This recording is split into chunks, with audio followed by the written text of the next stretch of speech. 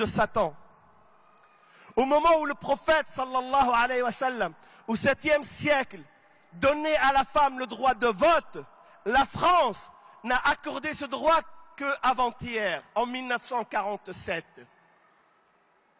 Au moment où le prophète, sallallahu alayhi wa sallam, considère ses épouses comme les conseillères les plus compétentes, la femme, même aujourd'hui en Occident, il était honteux de demander son avis. Alors qui a libéré la femme? Qui a donné l'égalité à la femme? C'est l'islam. Alors on répète, oui, digne. Répétez, j'entends rien. Qui a donné ces lettres de noblesse à la raison? Qui a concilié la science avec la religion? Qui a inventé les mathématiques? Qui a inventé l'algèbre? Qui a inventé la trigonométrie? Qui a inventé le logarithme, l'intégrale? Toutes ces fonctions mathématiques qui sont la base de tout calculateur, de tout ordinateur. Qui a résolu les problèmes de l'humanité en partant d'un verset coranique et en finissant par une fonction mathématique? Qui a inventé la médecine? Je ne parle pas de la médecine des charlatans, des sorciers, des exorcistes. Je parle de la médecine qui sauvegarde la santé. Qui a inventé la pharmacologie chimique? Qui a inventé les hôpitaux? Alors qu'en France, il n'y avait qu'un seul hôpital, on l'appelait à Paris l'Hôtel Dieu. C'était un mouroir, il y avait 1200 malades, de toutes les pathologies, de toutes les maladies mélangées ensemble. Les malades contaminés, les non-malades. En Espagne, il y avait plus de 400 hôpitaux. Et ce sont les hôpitaux avec les protocoles de l'hôpital moderne. Un hôpital peint en blanc. Le malade, quand il rentre, on lui enlève ses vêtements. Il porte des vêtements décrétés par les médecins. Il y avait des services selon les pathologies. Pour chaque malade, il y a au moins 2 soignants. Pour chaque malade. Et ce que je vous raconte, je vais vous donner après les références. Ce ne sont pas les musulmans qui racontent ce que je vous dis. Ce sont les non-musulmans qui vous racontent ça. Qui a inventé l'hôpital? Qui a inventé la médecine? Ce sont les musulmans. Qui a inventé les mathématiques? Qui a dessiné la carte du ciel? Qui a cartographié les mers, les océans et les terres? Qui? Ce sont les musulmans. Alors, oui, digne je le suis. Répétez-le. Qui a créé la première SPA, la première société de protection des animaux? Qui a ouvert la porte du paradis pour un monsieur parce qu'il a donné à boire à un chien? Qui a ouvert les portes de l'enfer à une dame parce qu'elle a enfermé une chatte? Qui a interdit qu'on prenne les animaux comme cible? Que ce soit les oiseaux, que ce soit les animaux sauvages ou domestiques. Alors que des chefs d'État partent d'Europe tous les ans pour aller en Afrique, pour tirer les girafes, pour tirer les lions, pour tirer les... juste pour s'amuser. Alors qu'en France, il y a des millions de chasseurs, ils ne chassent que pour le loisir. Mais qui a sauvegardé les animaux? Qui les a considérés comme des êtres? Umamun amthalukum. Ce sont des nations comme vous devez les respecter. Brigitte Bardot, elle a 15 siècles de retard. La SPA, elle a 15 siècles de retard. Qui a inventé les sociétés de protection? Des oiseaux, des animaux, mais des insectes. Qui a interdit qu'on brûle les fourmis? Qui a interdit qu'on écrase les araignées? Qui a instauré des relations diplomatiques intelligentes entre l'homme et toute la création? C'est l'islam. Alors, oui. Qui a inventé l'écologie? Qui a inventé la protection de l'environnement? Qui donnait, pour celui qui plante un arbre, une attestation pour accéder au paradis? Qui considère que planter un arbre, c'est ouvrir un compte auprès de Allah subhanahu wa ta'ala? Qui a interdit qu'on foule, qu'on marche sur le gazon, sur les fleurs? Qui a demandé à l'homme de planter un arbuste, même s'il ne donne de l'ombre et des fruits qu'après 20 ans? mais après ça sera un compte courant permanent pour lui, Yawm al-Qiyamah. Qui a instauré l'économie de l'eau, qui a instauré le respect des champs, le respect des montagnes, le respect des ruisseaux, le respect des pierres. C'est l'islam, l'islam qui a inventé l'écologie. Alors répétez avec moi, oui, oui, digne, je le suis. Qui a inventé la bibliothèque?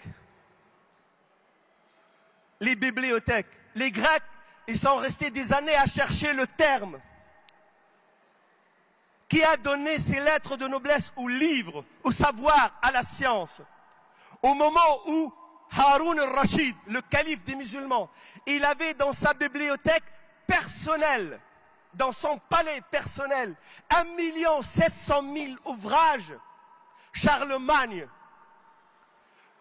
l'empereur des Germains et des Francs, de la moitié de l'Europe, ne savait ni lire ni écrire. Et il était tellement vexé parce que le calife des musulmans, il a des millions de livres qu'il a demandé de doter sa bibliothèque alors qu'il était illettré de livres. Et on lui a trouvé 40 ouvrages, 40 livres. Et lorsque le Ma'moun, il a hérité son père, dans le palais de Ma'moun, le fils de Haroun al-Rachid, il y avait 4 millions d'ouvrages, 4 millions d'ouvrages. Il avait dans la cave de son palais 400 interprètes, 400 traducteurs qui traduisaient de toutes les langues vers toutes les langues. Lorsque les Mongols sont rentrés dans Bagdad, pour traverser les fleuves, ils ont vidé les bibliothèques, ils ont dressé des ponts avec les ouvrages. Et l'eau de fleuve est restée noire pendant des mois et des mois. Qui voyageait des années entières pour aller trouver un livre, pour dénicher un hadith, pour inscrire une sagesse? Ce sont les musulmans, c'est l'islam. Alors, oui, digne je le suis. Mais je peux faire le tour du passé, je peux citer tous les aspects de la vie. Et vous allez voir, n'écoutez pas le discours. Si j'ai choisi de parler de ça aujourd'hui, parce que j'ai écouté toutes les conférences. Tous les conférenciers, ils ont parlé de la dignité. Mais ils ont donné des leçons aux musulmans. Il faut qu'on fasse ceci, il faut qu'on soit digne. Moi, je ne vous dis pas, il faut que vous soyez digne. Je vous dis, vous êtes digne. Vous ne le savez pas, mais vous devez le savoir. Vous êtes digne, vous êtes noble, vous êtes majestueux, vous êtes fabuleux, vous êtes haut, vous êtes fort, vous êtes grand.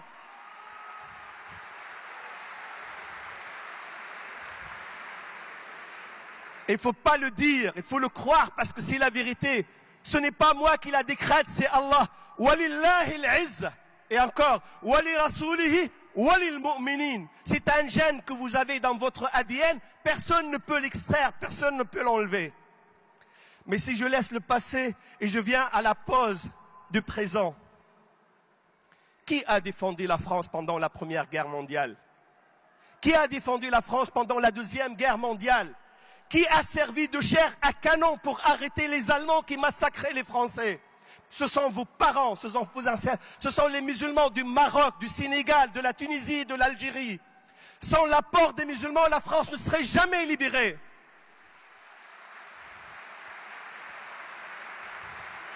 Allez interroger, comme je le dis à chaque fois, allez interroger les cimetières militaires. Allez voir combien de croissants fleuris à côté des croix. Vous allez sentir que vous êtes réellement digne et fort. Mais au-delà de la défense de la France, qui a construit la France d'aujourd'hui? Qui travaille pour les autoroutes? Qui creuse les tunnels? Qui va chercher le charbon au fond des mines? Qui ramasse vos poubelles le matin? Le soir, vous ne les voyez pas. Qui fait toutes les tâches ingrates, subalternes pour que la France puisse vivre? Ce sont vos parents. C'est vous. Mais au-delà de ça, qui fait travailler les laboratoires en France? Qui fait marcher les universités? Il ne faut pas voir les musulmans au fond de la mine. Regardez-les au sommet des universités. Vous allez voir que c'est vous. Même si les gens ne le savent pas, il n'y a pas un laboratoire de recherche. Il n'y a pas une discipline où les musulmans, même s'ils sont relégués au deuxième rang, mais ce sont eux les ingénieurs, ce sont eux les inventeurs. Et la France leur doit énormément. Alors oui, digne, répétez, oui. Lorsque la France a décidé de décréter la guerre au foulard, le foulard c'est quoi? Le foulard c'est l'habillement de la musulmane qui dit « Moi je suis un être humain, regardez mon être, regardez-moi en tant qu'homme » avec H majuscule, pas en tant qu'objet sexuel. Moi je suis digne d'intérêt parce que je suis une femme, je suis un être humain, c'est pas parce que je suis un corps, c'est pas parce que je suis une séduction publicitaire pour vendre de la marchandise. Mais ça met à mal toute la théorie des siècles. Alors on a déclaré la guerre au foulard. Et on a décidé de deux choses l'une. Soit la musulmane choisit le savoir, mais il faudrait qu'elle délaisse son islam, ou alors si elle veut et elle persiste à rester musulmane, on va l'empêcher d'accéder au savoir. Comment ont réagi les musulmans? Est-ce que nous avons cassé? Est-ce que nous avons brûlé? Est-ce que nous avons insulté? Est-ce que nous avons brûlé? Absolument rien. Les musulmans ont réagi avec dignité, avec responsabilité. Ils ont demandé à la loi et la loi leur a donné raison, le Conseil d'État. Ils ont décrété une nouvelle loi. Et alors que le chômage augmente, que le pouvoir d'achat diminue, que les banques vacillent, que l'économie va mal, que tous les indicateurs sont tout rouges, les politiques ne trouvent rien à faire que de pourchasser la nounou chez elle. Parce qu'elle est musulmane, ils veulent lui enlever son foulard.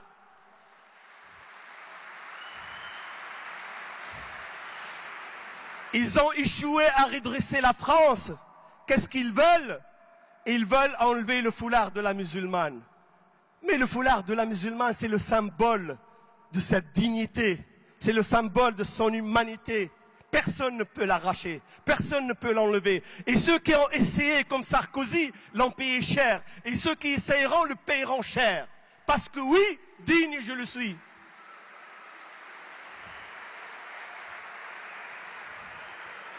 Qui a construit les écoles? Qui a construit les mosquées? Quel maire, quel préfet, quel ministre peut prétendre qu'il a donné un sou aux musulmans? C'est avec l'argent des musulmans, c'est avec la sueur des musulmans, c'est avec le travail des musulmans que nous avons construit nos mosquées, que nous avons construit nos centres, que nous avons érigé nos écoles. On n'a rien demandé à personne et on est sorti des caves pour habiter des mosquées dignes. Pourquoi? Parce que oui, digne.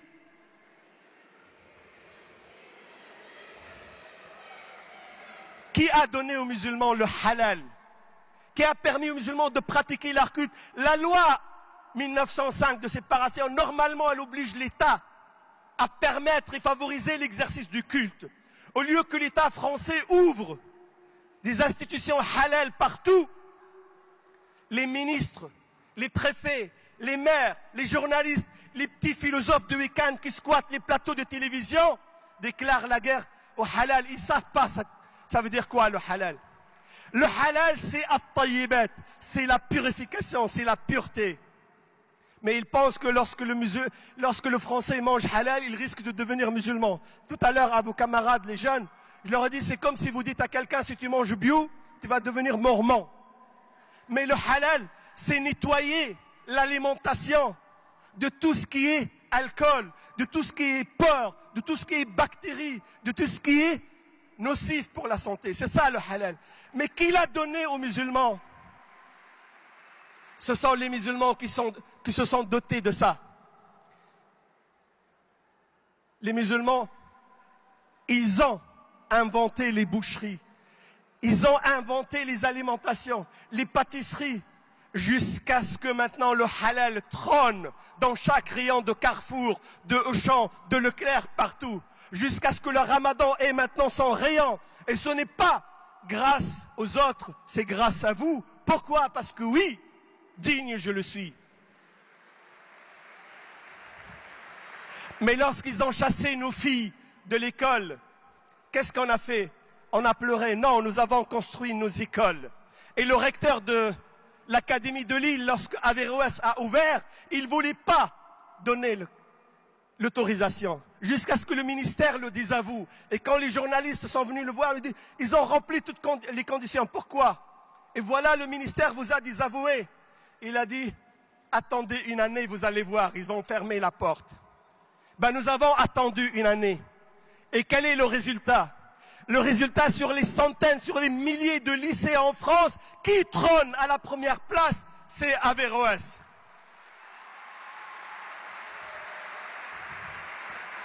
Et ce n'est que justice, parce que les musulmans, ils n'ont qu'une place à occuper, c'est la première place. Parce que le musulman, il est excellent. Le musulman cherche l'excellence, parce que dans son ADN, il y a la dignité. Alors, nous avons ouvert nos écoles. On a maintenant 2 ou 3 écoles en contrat. Nous allons avoir des dizaines et des centaines d'écoles. Malgré l'adversité, malgré les aléas, malgré les contraintes, malgré les difficultés, nous allons les affronter avec sérénité, avec endurance, avec patience et avec la tête haute, digne. Pourquoi? Parce que qui a créé les associations musulmanes? Qui a encadré les musulmans? Lorsque des petits journalistes d'un petit journal, soutenus par des gens petits, des politiques, ils ont décidé de dénigrer le prophète sallallahu alayhi wa sallam, de faire des caricatures, en pensant qu'en faisant des caricatures, le prophète va descendre de son piédestal. Comment les musulmans, ils ont répondu à cette agression vile et gratuite? Ils ont répondu avec sérénité, avec dignité, avec responsabilité, jusqu'à ce que le ridicule soit jeté sur eux. Mais les musulmans restent la tête haute. Et le prophète Muhammad sallallahu alayhi wa sallam, il est la première personnalité au monde, pas grâce à nous, grâce à Allah subhanahu wa ta'ala. Inna kafaynaka al-mustahzi'in. Alors, oui, digne je le suis. Et je peux rester avec vous. Je peux rester avec vous jusqu'à la fin du congrès en parlant du passé, en vous parlant de centaines de domaines où vous êtes dignes, où nous sommes dignes, où nous resterons dignes. Mais je vais essayer de m'envoler vers le futur, pour que notre futur devienne notre avenir. Qui va sauver les banques occidentales? Qui va débarrasser les banques des produits nocifs? Toutes les banques du monde ont vacillé, ont déclaré faillite. En Europe, l'Europe, ce vieux continent, berceau de la civilisation, qui tient le flambeau de la civilisation occidentale, l'Irlande a déclaré faillite, la Grèce a déclaré faillite, l'Espagne, elle est en faillite, Chypre est en faillite. Il y a encore d'autres pays qui attendent, dont l'Italie et la France. Et Vincent Beaufils, le rédacteur de Challenge, le journal économique le plus important, il a écrit un article. Il l'a intitulé « Le pape ou le Coran ». Il dit « Le pape et notre idéologie occidentale ne sauvera pas l'économie, mais le Coran le sauvera ». Donc pour le futur, qui va sauver? Qui va sauver l'économie? Qui va sauver les banques? Nous, les musulmans. C'est pour ça, oui. Qui va sauvegarder la famille? Là où la famille est en train de se disloquer. Quand il y a eu la canicule, 15 000 morts, 350 cadavres, on n'a pas trouvé leurs parents. Les enfants ont délaissé leurs grands-pères, leurs parents, ne veulent pas les reconnaître. Maintenant, on est en train d'instituer le mariage entre hommes et hommes, femmes et femmes, pour disloquer la famille. Mais la famille, c'est la poutre de la société, c'est la cellule, c'est le ciment. Qui va la sauvegarder? Qui est en train de la sauvegarder? Ce sont les musulmans, ce sont les seuls pour eux.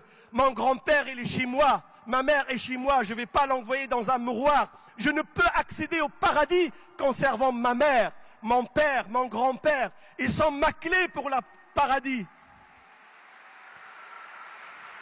Alors oui, nous allons sauver la famille. Pourquoi? Parce que oui, digne je le suis. Le monde souffre de maux. L'écologie, j'ai parlé qui a inventé l'écologie. L'environnement, le réchauffement de la planète, le débordement des océans, les inondations, les ouragans, les tremblements de terre, tout ce que la civilisation occidentale a amené pour pervertir l'environnement.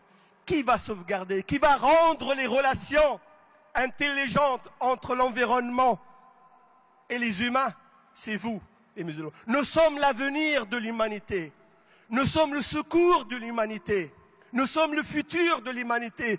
Pourquoi? Parce que oui, digne je le suis. Walillahi al-izza, wali rasulihi, walil mu'minin. Wassalamu alaykum wa rahmatullahi wa barakatuh. On applaudit chaleureusement Abdellah Belmansour, s'il vous plaît. Oui, digne, nous le sommes.